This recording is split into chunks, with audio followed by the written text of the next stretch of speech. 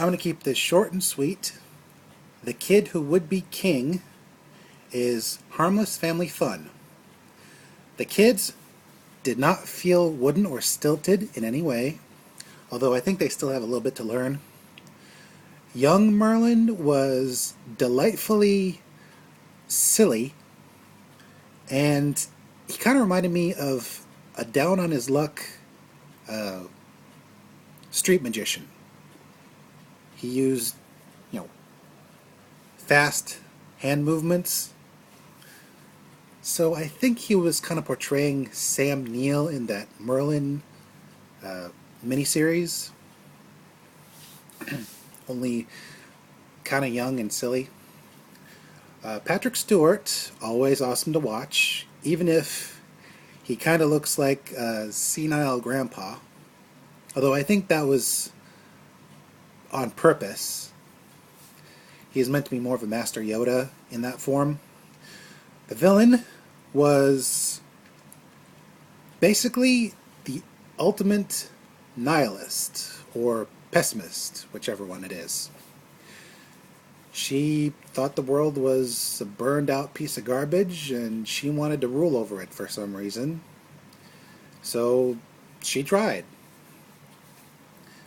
And the message throughout was one of hope versus nihilism. Basically, we're not totally hosed. There's still hope, and it's worth fighting for. That was the message. Even if it did get a bit heavy-handed and preachy, it wasn't nauseatingly, eye-rollingly bad. It was meh. As for the rest of the cast, they did their job. They provided a bit of humanity. And honestly, I believed in the various relationships on display. The effects were really good. The minions, the evil minions, were intimidating and believably practical looking, even though they were obviously CG. The villain kind of looked like a marionette made from a corpse.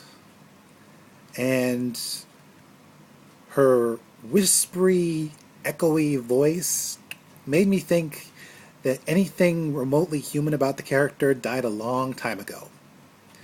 And her alt mode, I'm not going to get into spoiler territory, but her alt mode, that was, that could have used a little more cleaning up CG-wise, but it wasn't terrible.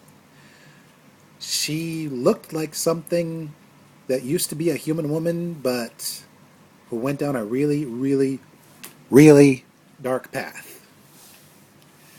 Overall, like I said, I would call a kid who would be king, harmless family entertainment, something for the kids to enjoy, something for the parents to not fall asleep during.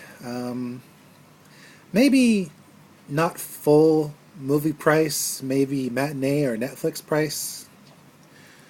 Bottom line, it's Arthurian legend told through the eyes of the latest generation.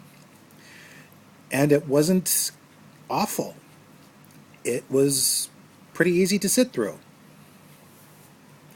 And that's all for now. This is Mr. J signing off and reminding you, when you see a sword locked in stone, before you pull it out, call a press conference.